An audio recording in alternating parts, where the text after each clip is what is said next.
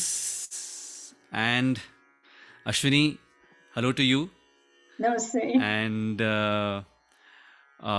we are meeting after a month's gap for our Kabiriyat session. I think this is episode 6, if I'm not wrong, right? Yeah, that's right. Yes, episode 6. So, friends, we are so happy to be back with all of you.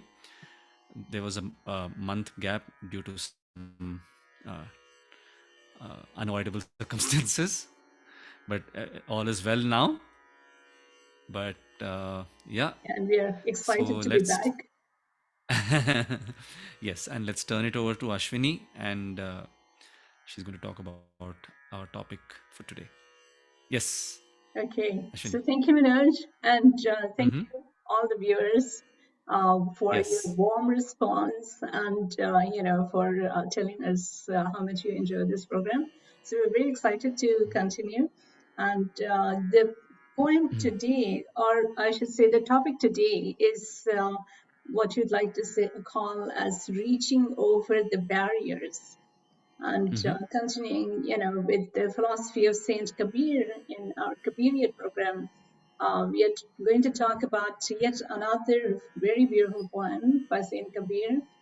And this poem describes how, despite the superficial differences in our religious practices, all Mm-hmm. religions teach the same abstract principles, and how these spiritual principles bind the world together. They bind all of us Mm-hmm. together. So I'll start with the Urdu words of the poem, and they are like Mm-hmm. this: जो खुदा मस्जिद वसत है और मुल्क Mm-hmm. कहकारा, Tirath Mm-hmm. मूरत राम निवासी, बहर करे को हीरा, पूरब Uh-huh. दिशा हरि का वास, पश्चिम अल्लाह का मुकाम, दिल दिल में खोज, दिल ही में खोजूं, यही करीम यही राम। Wow. जेती औरत मर्द उपानी, सो सब रूप तुम्हारा, कबीर है अल्लाह राम का, सो गुरु पीर हमारा. Wow. Yeah, it's a beautiful poem and a lot of very niche Urdu words in this. Mm-hmm. And the gist of the poem is that, Saint Kabir is trying to say that he belongs to both his guru and his peer. And the words, Sanskrit word guru and the Urdu word peer, they both refer to the same concept of a spiritual guide. So Mm-hmm. let's look at it, a little more in detail. So Mm-hmm. Saint Kabir talks about God as a spiritual principle which binds us all and is common to all. So in the 15th century India, when Kabir was alive, the significant religious difference was among the Hindus and the Muslims. And his advice was that whether you call the spiritual principle of God by the name of Allah or by the name of Ram, it refers to the same ultimate reality or the highest principle that people worship. And Mm-hmm. therefore, naming the principle by different names in different religion is a very superficial difference. That's sort of immaterial. What's really important is that they're all worshiping the same highest reality, and they all believe in worshiping and praying. Mm-hmm. Saint Kabir asks very insightful questions, and he says, if God, Allah, stays within the mosque, then who is looking after the world? Or Mm-hmm. alternatively, if God Ram stays in the pilgrimage, then does somebody from the heaven come down to earth to look after the world? So Right. he has a bit of a sort of insightful challenges that he throws to Mm-hmm. people to Mm-hmm. try and get them to think about, how God is not in the mosque or in the temple or in the Temple. pilgrimage, but God is omnipresent. You know, Mm-hmm. God is everywhere. So then he also says that if one God stays in the east, the other stays in the west. But the truth is that God stays in one's heart, and Right. all the people, like men and women, are all the manifested forms of that spiritual principle. Right. Yeah, so Saint Kabir says that he belongs to both his guru and to his peer, and basically says that he belongs to his spiritual guide. And so Right. during the time of Saint Kabir, we saw that there was much unrest between the two religious camps, and Saint Kabir's spiritual work, his personality, his sort of history of belonging to both the camps created this beautiful atmosphere that he was accepted as a leader by both the camps. Mm-hmm. And as a result, he was also able to unite both the Hindus and Muslims during Right. his lifetime. Right. And he gives the credit to his spiritual philosophy and the spiritual principles that he believed in. So it was really wonderful that people from both the camps accepted him. And once Right. before we talked about this story, remember when you mentioned that when Saint Kabir passed away, there was a Yes. Yes. function. Yes. Yeah. Yeah. Yeah, do you just want to briefly go over that story again? Oh yeah. Yeah. Yeah. Oh yeah. So I mean, uh, it is said, of course, that when he passed away, no. So he was basically he had prevented uh, anybody from entering into his hut in which he was spending his last moments. So, after a few days, when he did not come out of his hut, people entered his hut, and there was like a very divine light emanating from the hut. And then, uh, when they opened the door, to their astonishment, they found that there was no body, but they were just flowers, right? Yeah, So, uh, until that point, everybody was debating whether he should be cremated according to the Hindu rites or according to the Muslim customs. yeah, But then, when they saw that there was no body, so there was no question of cremation. right, And so then, what was decided was some of the flowers were given to the Hindu priest to be consecrated uh, according to the Hindu rituals, and some of them were given to the Muslim Maulavi yeah, to to be consecrated as per their customs, right? yeah, So that was the divinity of Sant Kabir Das ji. yeah, yeah. Yeah, That's true. It's a beautiful story, yeah, and of course, there are a lot of legends about these saints, yes. and some of them And I are. think, see, I mean, the common question that people ask is, okay, what is the proof that you have? Well, Yeah. I mean, that way, if you go to see, there are so many theories about evolution of universe and so on and so forth, Hmm. and about our ancestors being apes, and all those things, right? So there's no Yeah. proof because we were not there at that time.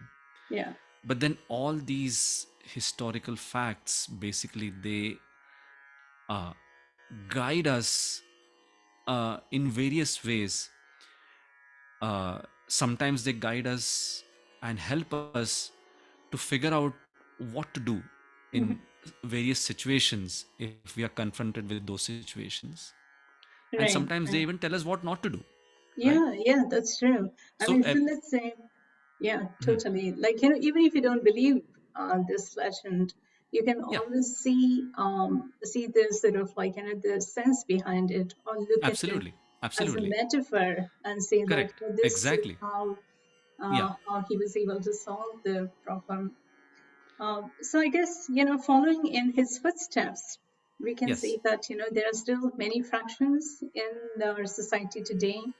And now we look at our society as a global society, right? Like not one religious camp or another religious camp. right, right, But we are so globalized at this point, no right, matter which country you're in and which right. city you're in. And Well, there are a actually, lot of both fashions. Sorry. literally and figuratively, because of the online thing, we are actually globalized now. Yeah, yeah, Yeah, totally. yeah, yeah. Yeah. And so, So, like, we see a lot of fractions around us, and sometimes these fractions lead to friction. And yes, we see that communities are divided sometimes by religion, sometimes by culture, sometimes even by language or by accent, yes, and yes, sometimes by the way we speak, the way we dress, the yes, community we belong to, the faith we belong to. So what happens is that, like, even if these abstract principles are the same in every religion, we kind of instinctively expect other people to do or say or follow the exact same traditions as we mm, believe in, or otherwise, there's a lot of disapproval by others because yes, they see us as different. Now, the acceptance of diversity comes slowly to people. It's a very learned activity. It's not a sort of, instinctual activity. And one of the best ways to accept diversity is by understanding that the abstract principles of philosophy and spirituality that govern any faith are the same. So these right, principles, we see get challenged every day because we experience hostility, insults, uncivil behavior, and it just happens all the time. Like you go out of the street, correct, and, you see that sometimes you see that in the families, outside the families, like no matter where you are, at school, at right, work. So that's just like sort of human nature. But it also happens right, because it's our instinctual behavior. So what Saint Kabir was saying is that, like, we need to take a step back and we try to, sort of implement these principles by understanding them. And then it might help with the sort of, the friction aspect of, uh, of how we are different. right. Yeah. So the question is not whether Yeah, and it's true. thereby, Yeah. oh no, I'm saying, and thereby, of course, reaching over the barriers, right? As we've Yes, exactly. Yeah. named this session of ours. Yeah. Yeah. Yeah, So we reach over the barriers to understand the other camp. And right. sometimes we use this term in the political sort of um, political way, like reaching across to the other political party or something. But the truth is, like, we have these barriers in all walks of life, and once we understand them, that we have kind of created these barriers, then we also understand that we need to reach over them and sort of like control our instinctual behavior. So another thing we learn through this is that no Yeah, I religion mean, is superior to any other because they all teach sort of like similar spiritual principles. And just to give an example, that in Hinduism or in the ancient Indian philosophy, we see that both theism and atheism was accepted. Like there were schools like Vedanta, and there were also schools like Charvaka. So there was a lot of like a lot of acceptance to various different schools of thought. Now coming to how we can read the relevance to the modern world in this poem, I would like to talk a little bit about the diversity and inclusion, which are very prominent topics these days in our workplaces, also in our schools and any communities. And it refers to showing respect to different and diverse traditions and different ways of living, and appreciating a different viewpoint or different ways of doing or thinking. right, And we see that it becomes very challenging, to be open to other ways of life. But when we understand that human beings everywhere are the same, and they have similar needs, they have similar concerns for safety, for dignity, then we understand that we need to treat people with respect. So Saint right. Kabir definitely was very successful in sort of calming down conflicts between two camps that were conflicting with each other.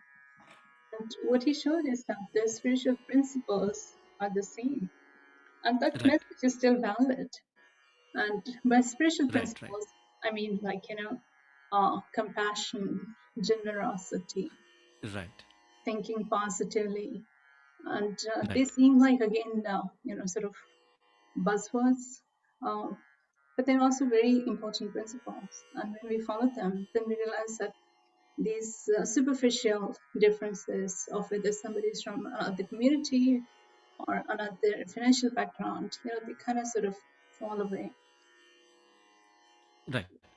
So it goes back to the same message that we have seen occurring in other poems as well. That uh, when when you apply these principles to our friends and neighbors and others around us, then there's always a hope to create a world of peace and happiness. Right. So it's interesting how we come to the same theme. It's like Right. in Right. music, we always come to the sum. So Right. it's a little Right. bit like that. Right. Right. Right. Yeah. Right. Yeah. Absolutely. Absolutely. Nice. Wow. Do you do you want to say anything about the Urdu part of the poem? No, no, I think. Well, I mean, actually, you said it pretty well, though. So I think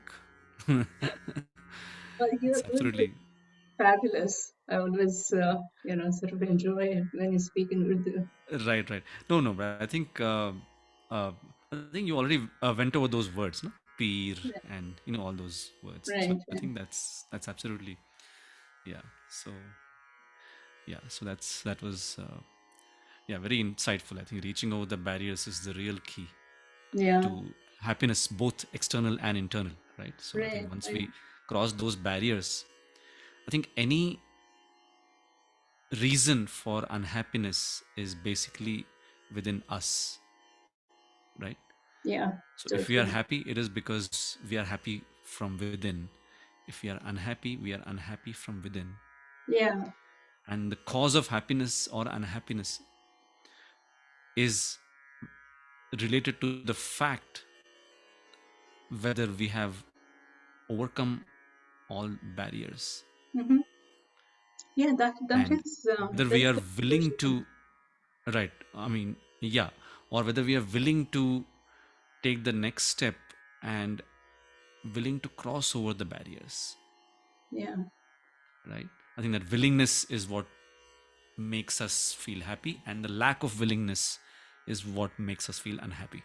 Hmm. So I think that is the real uh, message that this song Yeah.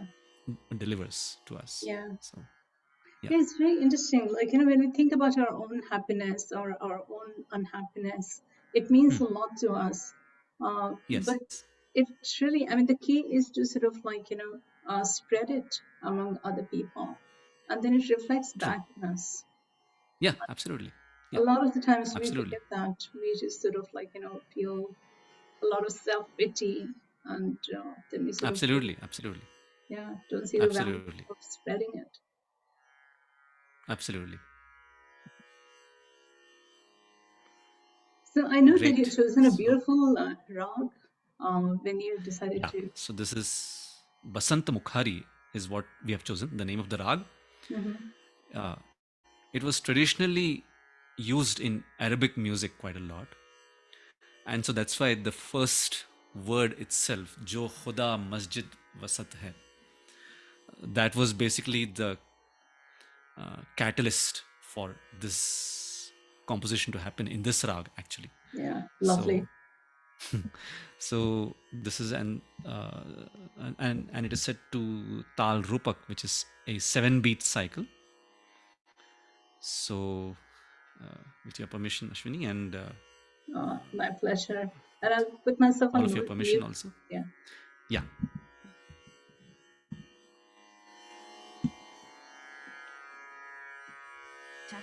Tabla level. Tabla on slash off. Button.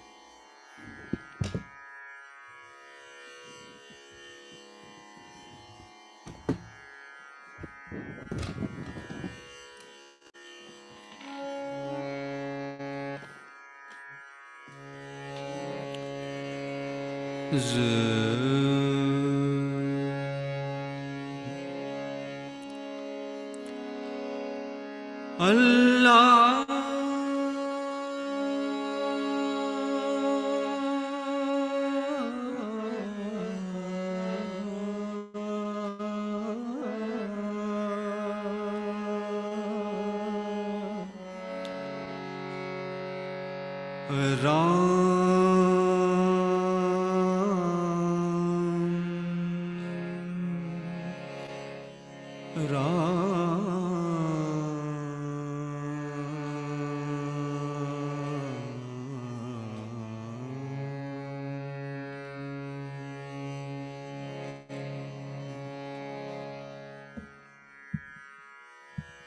Tagline on slash off. Tagline on slash off.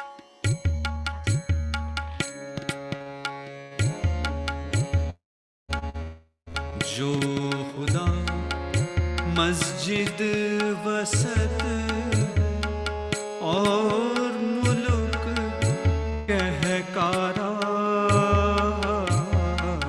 जो खुदा मस्जिद वसत है और मुल्क कहकारा, तीरथ मूरत राम निवासी, तीरथ मूरत राम निवासी, बहर करे को हेरा, जो खुदा मस्जिद वसत है और मुल्क कहकारा।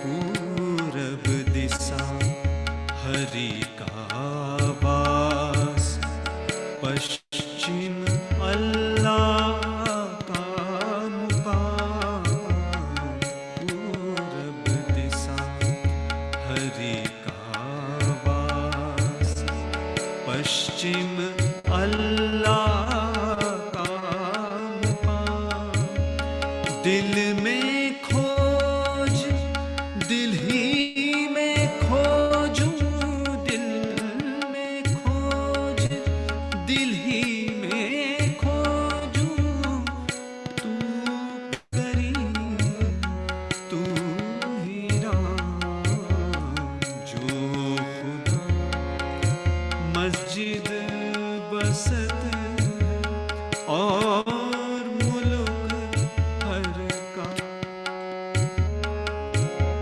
और मुल्क कहकारा।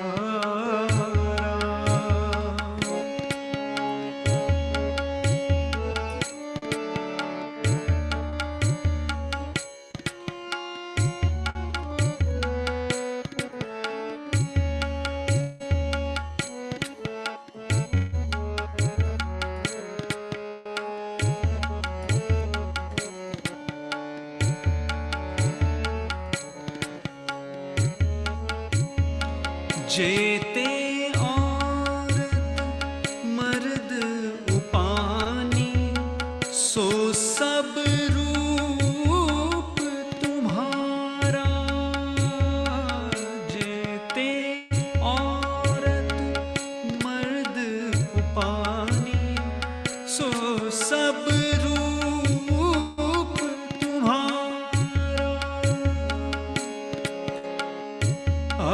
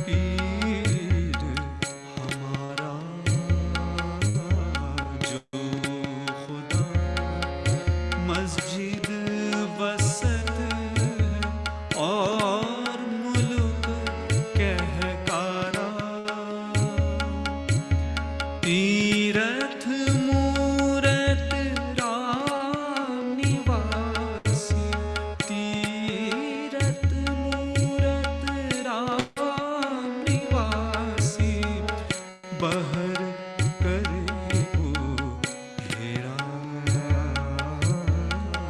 जो खुदा मस्जिद वसत और मुल्क हर कहकारा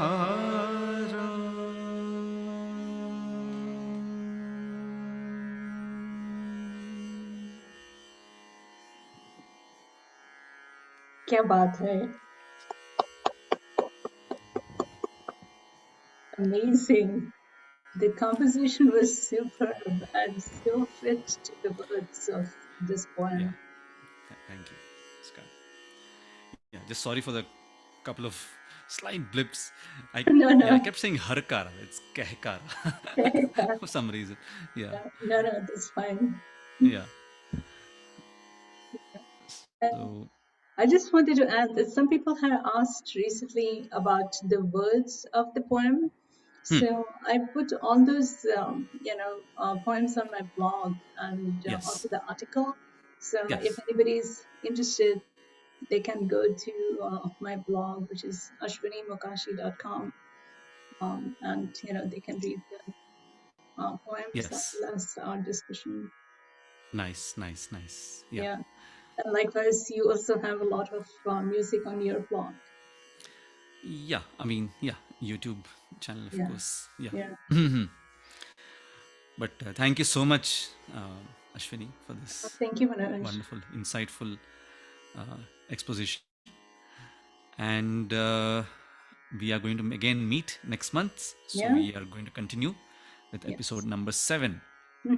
That's right. And that's going to be on the second Monday of October, Right, October right. 11th. Yeah, So until then, to you also, Ashwini, yeah. and to all the viewers, stay safe and happy thinking Yes, yes. and happy crossing over the barriers. Reaching over the barriers. Yes. And Yes, thank you again for yes, watching our show. yes. Thank you. Namaskar. Namaskar.